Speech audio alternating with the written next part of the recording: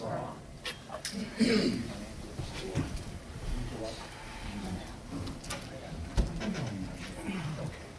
Well, welcome everybody. Make sure your microphones are on so the tape can pick you up and we can hear you.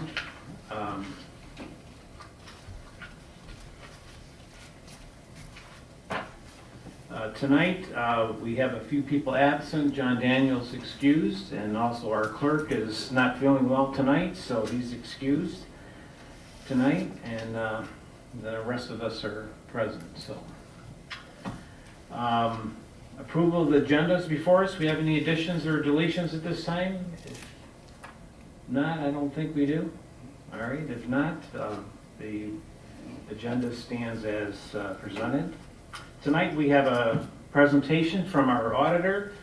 Matt Holland is with the Cambridge and Company, so we're going to have him kind of see how good we're doing at the township. We also want to congratulate him. He's got a brand new baby girl, and so his life is just beginning. So we're excited to see how things go on with him. He's up from Grand Rapids, so we appreciate him coming tonight and giving us a report on our audit. I did put together a quick PowerPoint, but it sounds like your system is down, so I printed it out for you guys. A little easier to go through All this right. than flipping through. Thanks. 50 pages of audit report, I find, so.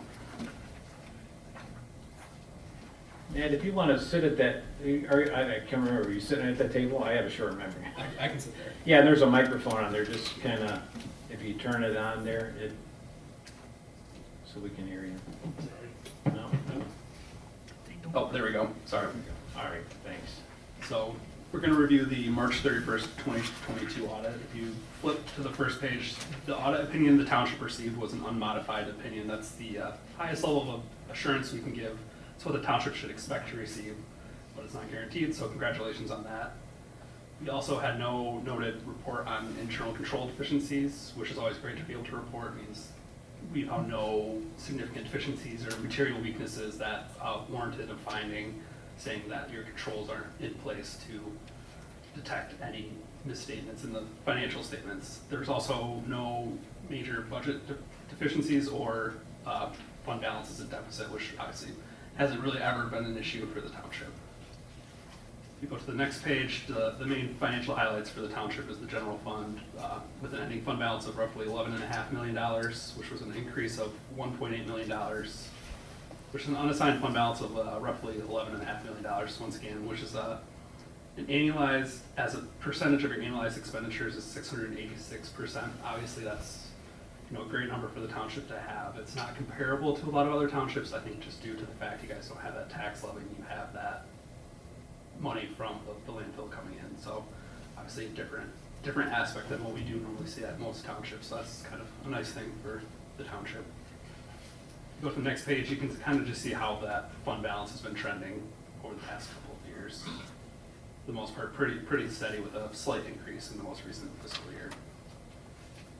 We go to the next page. This is a comparative statement in that position, just showing the assets and liabilities of the township at the close of the most recent 2 fiscal years.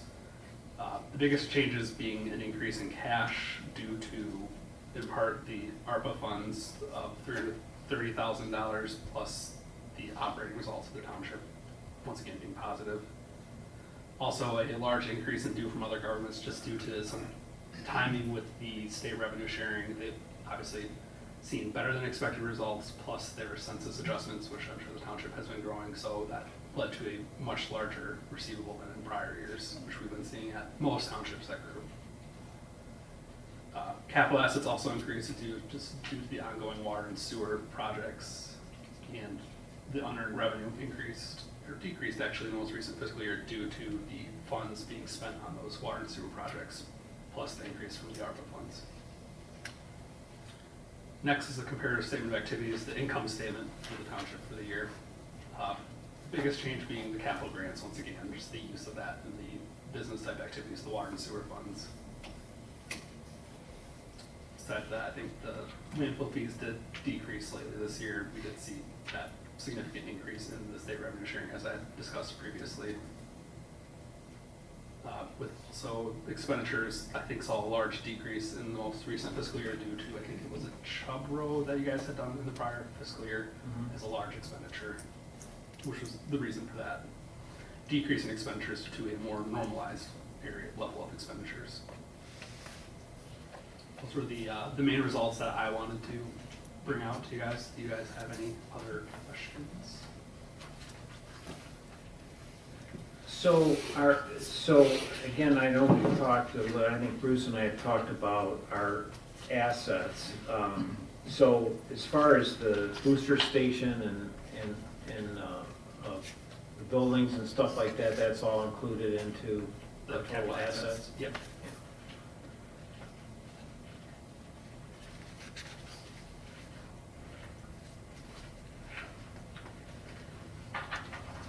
Anybody else have a question for Matt or anything?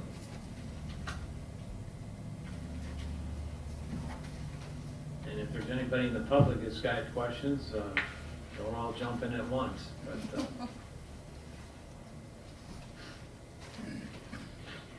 the township is, once again, it's, the revenue just seems to be increasing and, but we're starting to spend a little bit of money, so. Go ahead, Bruce, you got a question? No question, just again, kind of confirm the fact that there's some projects that were, because of the last couple of years, we just didn't get to them. And we're seeing that backlog of projects now, and unfortunately, we're going to be paying a little extra to get those done. Yeah, been seeing that across the board with Yeah, so all entity types. As all those projects got pushed back because of COVID, and then the costs have skyrocketed.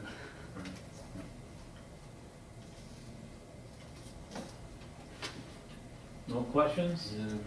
Mr. Trent, no questions? Okay, time's up. With the amount of funds that we have in our hip pocket, and with the small increase in interest rates, are we seeing any significant increase in interest income for this coming year versus last year? yeah, absolutely. We're going to have to make a couple of changes because some of the bonds have come due and they're not, to get them producing some more income again, interest rate wise, but we don't want to be careful about how some of those bonds that are out there that get to a nice interest rate are way out there time wise. And I don't think we have a good handle on our long range projections to tie that money up for that long. So I want to kind of keep things mid-range investment wise, not too far out there. How is Michigan Class paying today compared to the local banks? Very well. I don't have the exact numbers on my computer, but I've been watching the interest rates and we're doing very well in Michigan Class. In fact, that's where any spare change we have is going over there because they're ahead of the curve as far as interest rates. Okay, good. I assume Mr. Plato got his bills in on time before we closed the books? No, we're still waiting. Are we doing, are we going to be getting some pro bono work? We might be, right, Lori? That's exactly, I email them every other week. Come on in, I need that, I got a couple of weeks left. They'll be coming in, I'm certain. Yeah, he's not. I'm certain. They'll be posted before those books close. Right. That's the only thing we're waiting on, is our Exactly. famous attorney. All right, any other questions for Matt? Anybody? Okay, well, we're glad, Matt, thanks for coming out tonight and giving this short presentation, and good luck to you and your family, and hope things go well. Thank you. Yeah, and if any other questions do arise, feel free to contact us. We're willing to answer those throughout the years if they're throughout the year, if it's related to the audit or any question that we can help with controls or legality spending things. So, Okay. I would like to thank you guys for your time. Though. All right. So have a good Thank you. good rest of your meeting. Thanks, Matt. All right, so moving on down to our agenda, which is public comment. So anybody got any comments?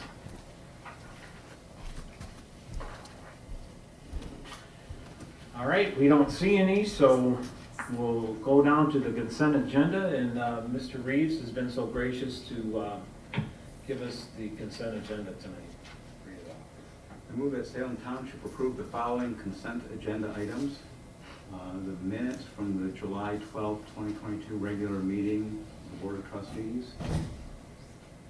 The general fund, disbursements for July, the general fund of $76,656 and 46 cents. Payroll of $61,411 and 85 cents. We have fund transfers of $359.19, which is for our paychecks payroll. The sewer fund had $34,637.25. Escrow fund was $38,183 even. The USD MEDC fund, there's a correction there, the little stutter on the one, it's not 11 million, it's $1,411,587.84. So again, it's not 11 million, it's 1 million.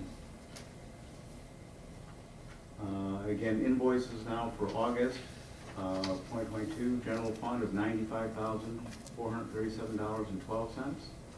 Sewer fund of $7,916.91. Escrow fund of $37,623 even, and MEDC fund of $819,313.34. Okay, we have a second on this? Do we have a correction in the agenda? Yes, Mr. DeLuca, can you? I noticed that last meeting, what was it, the consent agenda, In the minutes? both, yeah, in the minutes, both Daniel and I were absent, and then motion by Mr. Wensley and seconded by Mr. Daniel to approve the following consent agenda items. Right, so Mr. Daniel wasn't here, but he voted, so he's a minister, so he kind of. He's everywhere. He's everywhere. No. My notes show that TJ Made the second. Right, Okay. so if we could change that on the record. And then I'll second that. Okay. In a similar vein, Mr. Supervisor, Mr. DeLuca has noted Oh, in business item I missed that. A2 is making the second on hiring the firefighter. yep, I see that. Maybe Del wasn't feeling well last month either.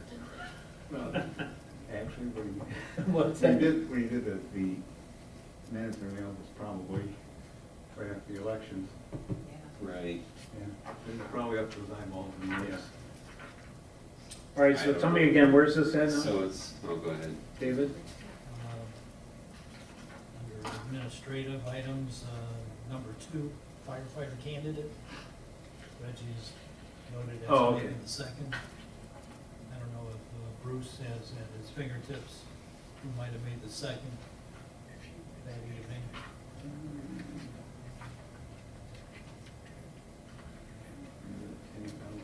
We'll find it.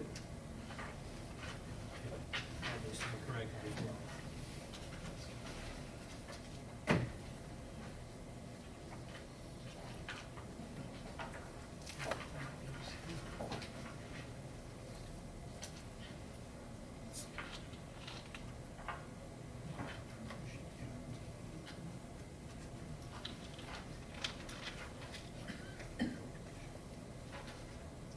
Jim, That remember? was me.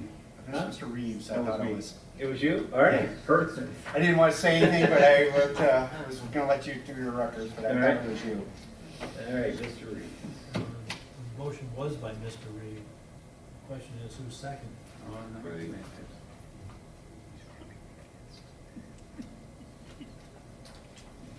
Now I know what we have to listen to the tape.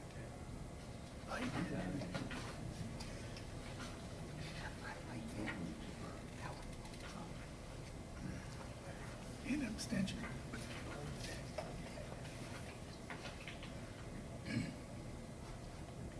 I show that Dell made the motion and I seconded. So you're number 2 on. I'm number 2. Right, so it's really messed up. It's BR squared, right? That's my number 7. All right, so Del made the motion. Dell made the motion. Bruce seconded. All right, then corrections have been made. And we have Mr. DeLuca second the consent agenda, correct? Yep. All right, any other questions on the consent agenda? If not, all those in favor say aye. Aye. Any opposed? Motion's passed. Okay, so moving on down, there's no business items tonight. Financials, we're down to the reports. Mr. Rockwell. Thank you, Mr. Supervisor. Our call volumes continue to rise. We're about double our normal call volumes again. I think the only thing I would like to report was last month, a couple of our firefighters, including myself, went to a specialized class for battery fires, particularly lithium battery fires and electric car vehicles fires, so at Washington Community College. So it's been probably a pretty timely subject. We're going to see increased cars with batteries, and we're going to see increased probably issues with that. So that and the second part of the class was CNG powered vehicles, which not so apropos here, but more with the, although it could, garbage trucks, I guess, are using that, things like that. So getting up to speed on the new techniques and hazards with that technology. Okay, thank you, Chief. All right, so you can go down to board discussions, general township updates. There's nothing new. Mr. Plato is not here tonight. Nothing's new on the issues with Superior Township and Salem Township. So that's nothing to report on that. I do have to talk to the board and also the public on some of the expenses that we've incurred here lately that we've done. And again, I don't remember ever doing this, so I will take the heat for this. So we did talk about doing the pavement, the concrete, and also brick pavers and all that stuff, so board approval. We have talked about the Mueller House over here, which we are getting quotes and bids on, different people looking at that, at getting that done. There was another issue of the ramp that is across at the Ryder House, the long ramp that had been actually dangerous. If you lean back at it, it was falling apart. So I basically said we need to get that done, get some pricing on it, and we started to do that. But so I showed up for work here one morning and the ramp's already gone. So the police come out and there's no back. They just fall right to the ground if they did come out there late. So it's kind of like we had I said we got to have something there. Of course, Bruce ran to the rescue and he got some pallets. I don't know where you get pallets from or anybody who has pallets around here. But anyway, so we had some pallets for them to step out. But we started getting some quotes on the ramp, and we talked about how to do that new ramp. I don't know if you've noticed it tonight coming in, but it was kind of like a long skateboard ramp, and we kind of wanted to tuck it back, and actually you just need to look at it when you leave tonight. So we received a quote of $30,000? $34,000 on it. And so it just happened that we were meeting another guy out here on Saturday, and Del Winsley was here, myself, Richard Burst was here, and he's kind of helping getting, and I think we all love Richard, but sometimes he can get go too fast, and I said, we have to get approvals and stuff. So anyway, the guy that, as you see, Killer Decks out here, was out giving us a price. He came in with a price of, was it $7,000, $8,000? The ramp itself was 10. 10. Just on the And so that's, handicap accessible, has it. We, had the permit pulled through the township, and to get it done. And of course, Dave, our inspector, inspected it, so everything is to spec. and was approved. Then so I talked to our treasurer, I talked to Dell, and we just said, we have to get this thing done, and, I mean, hopefully the guy who owns the company that isn't listening, or listened to the video or whatever, but he has some property in 7 Mile, which I didn't know, but he was doing things without pulling permits, so we ended up shutting him down. So he kind of thought it was a setup that we wanted him to come and quote the deck, so he gave us a super price on this, which is composite, better than Trex. And so his worker came out here on Saturday and says the owner's afraid to come down here, thinks that you're setting him up for something. And so anyway, so I don't know if he quoted this price, but the price was really good. And then we found out that the front porch to the Ryder house was, the rails there, that was all rotted and everything. So then he said, I think it was $7,000 to redo that and put the railings up. So we spent $17,000. And so that's what we don't want to do, but I really do think we got a good price. So I want the board to know, other board members. I think I told David, but I don't like to, any of us don't like to really spend money without the board or the public knowing about it. So that's what was done. Unless we don't, think that it's right or whatever, they haven't come and got the check yet, but the check has been cut. So that's the confession tonight. So I don't know if I confessed right, but so. Any other questions about that over there? But make sure you go out and see it. So The original quote, did it consist of the same construction as what Killer Deck did? Or? well, it did. I just think that price is way out of line. Yeah, And we asked for other people to do it, and then there was a timeline that it's so hard to get contractors to do anything today. And he said he could do it right then, and he did finish it up. But please take a look at it. I think it was a deal that, but anyway.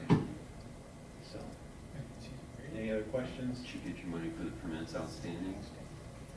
Or did Actually, he really has. I talked to him on the phone, and he just, because the neighbors next door are really upset about it. They have horses, and it was kind of flooding because he was changing the grade and everything. So he's working on all that. He's got a well on there, so he's got all the proper permits, and he's doing the right thing. So everything is okay. So, yeah. So.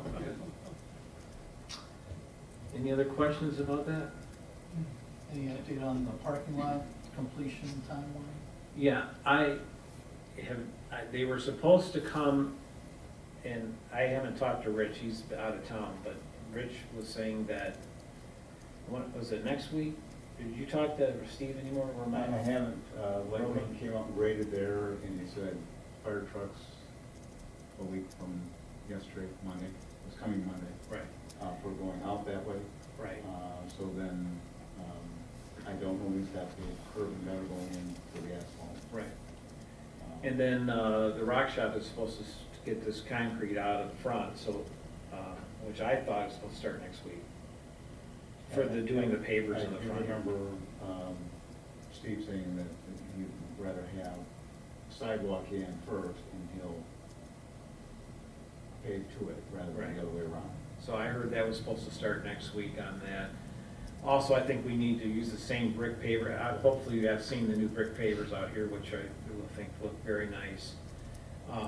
But we need a little stretch of it done from here to the new ramp. And then also, I think they should take the concrete out going up to the Ryder house and put some of the brick pavers there. So I don't know if you got anything back from them, what that cost would be, but that's in the process, so. Any other questions?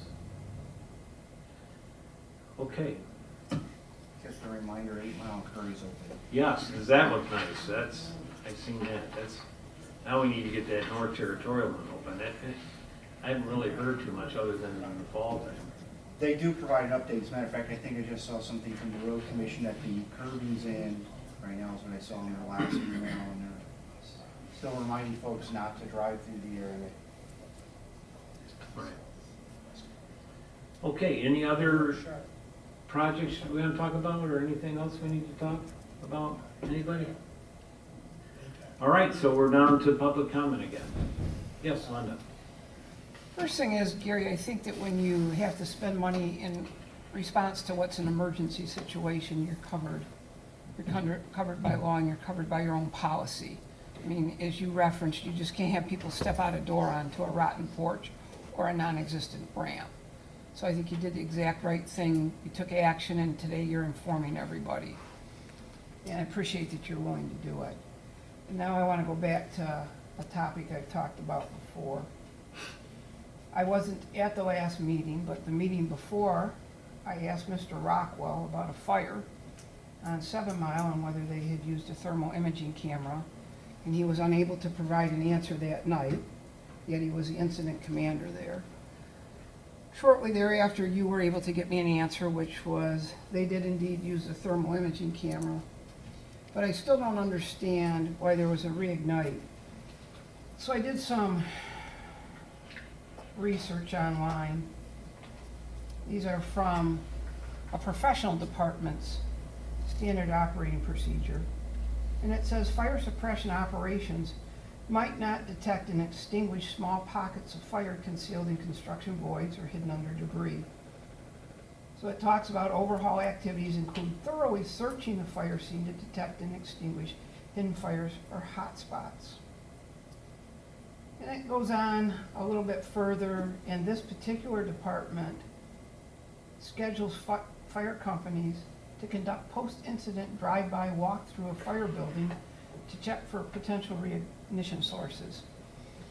So some years ago, the practice here in Salem was when you had a structure fire like that, you kept a truck there with a couple firefighters on the clock.